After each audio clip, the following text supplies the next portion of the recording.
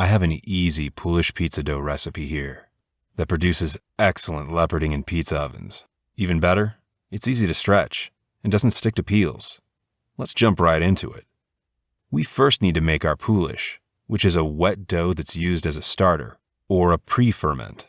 Grab a medium-sized bowl and weigh out 175 grams of 00 flour.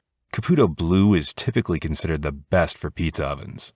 Next up, we need just 1 gram of instant dry yeast, 175 grams of filtered water, and 3 grams or about 1/2 a teaspoon of honey.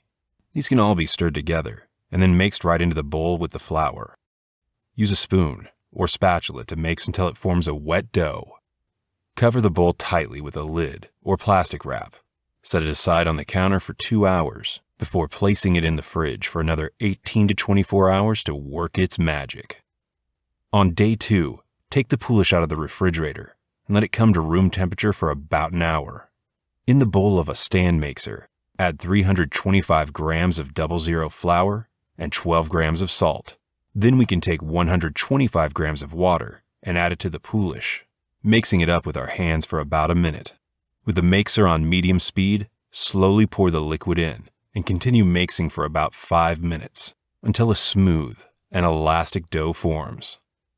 Scrape the dough out of the bowl and onto the counter. We want to briefly knead the dough and shape it into a ball for a short rest to strengthen the gluten. Continue folding it in on itself, always keeping the top of the dough visible. Do this about 10 to 15 times before forming it into a taut ball and covering for a 30-minute rest. Now we can divide the dough into 3 equal 270-gram pieces. Similar to before, we'll use the same kneading technique, ensuring the tops of the dough balls are tight. Now we can place them into a lightly oiled bowl or proofing container, cover it, and place it in the fridge for another 18 to 24-hour cold ferment. On day 3, take the dough out of the fridge for 2 or 3 hours to reach room temperature. Grab a bowl and add a 50-50 mix of semolina and 00 flour. Using semolina will reduce the chance of having the dough stick to your peel.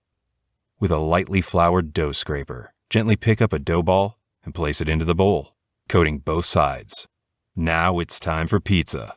There are a bunch of ways you can stretch this dough, including the DJ method, or gently tossing it in the air.